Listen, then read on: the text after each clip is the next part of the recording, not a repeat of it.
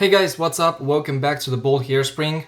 As usual, it's me, Ivan, and in today's video, we'll be talking about Oris watches. Specifically about the new Aquis Small second date, but I also tackled the Pro Pilot Okavango Limited Edition, as well as this gorgeous big crown model with a light blue dial.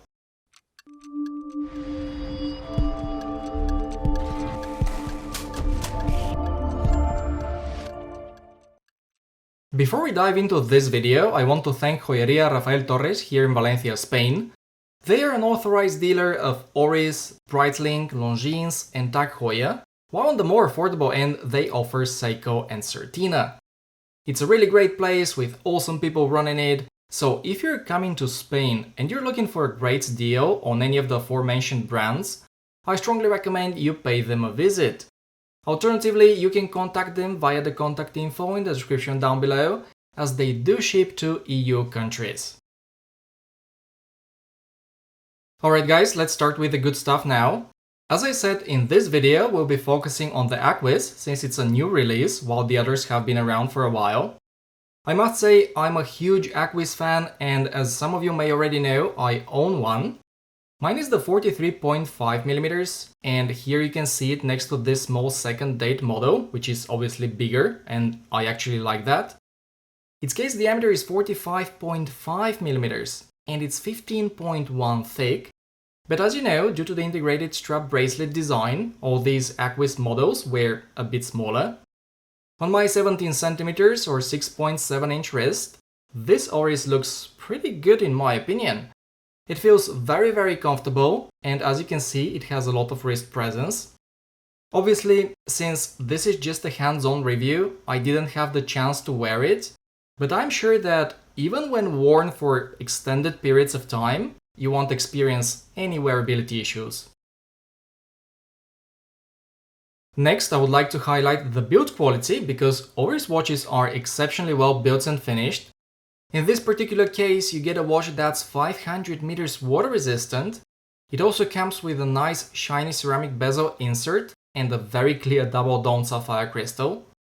The top of the lugs are nicely polished, while the rest of the case is fine brushed.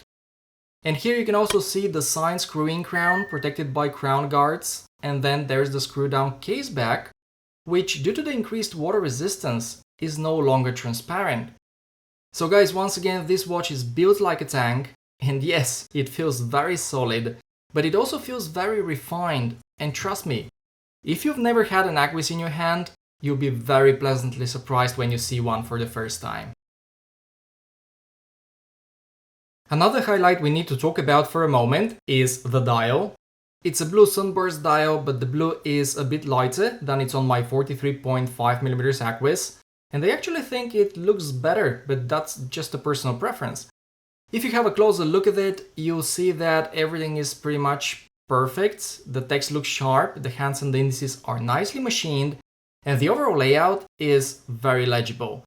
Needless to say, guys, that everything is perfectly aligned, including the bezel.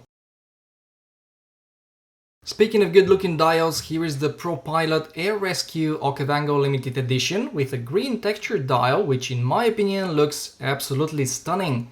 This watch is limited to 2011 pieces, and it was released almost 2 years ago, but for some inexplicable reason to me, you can still find plenty of those in stock around Europe. Anyways, it's a great looking piece. It comes in 41mm, so it's quite a bit more compact than the Aquis we are looking at today. And since we're at it, here's a closer look of the big crown pointer date I showed you at the beginning. This model was released last year.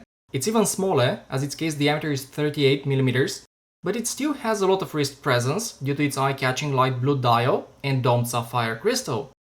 Just a beautiful watch overall that features one of Oris' most iconic designs. Alright guys, so while all these three watches are completely different, they all have something in common, which is the caliber that powers them. It is of course the Sellita SW-200, which Oris has slightly modified and customized with a red rotor. And you know, although I can't find any official information, I suspect they adjust these movements because they run super accurate. My Aquis, for example, is 5 years old and it still runs within COSC specifications. So you can expect excellent accuracy from any Oris with this movement. From my experience, it's also very durable, and since it's based on the ETA 2824, any competent watchmaker should be able to service it. Now, let me tell you something that I should have mentioned earlier, and it has to do with the rubber band. All you need to know is that it's great.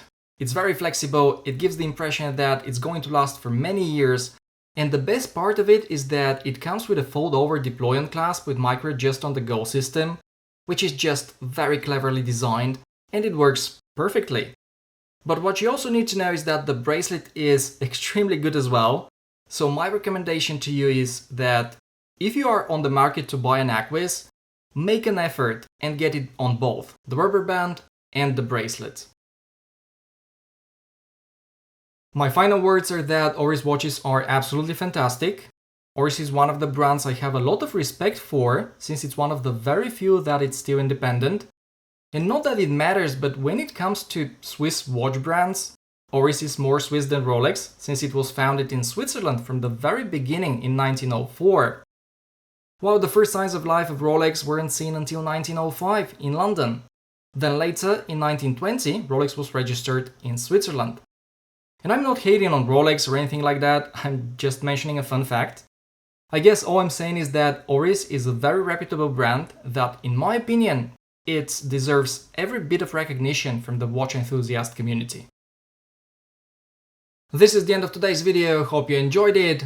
If you did, I would really appreciate if you give it a thumbs up and also consider subscribing if you don't want to miss my next video, in which I'll be showing you the Breitling Seawolf Avenger in yellow and the ice blue Navi Timer.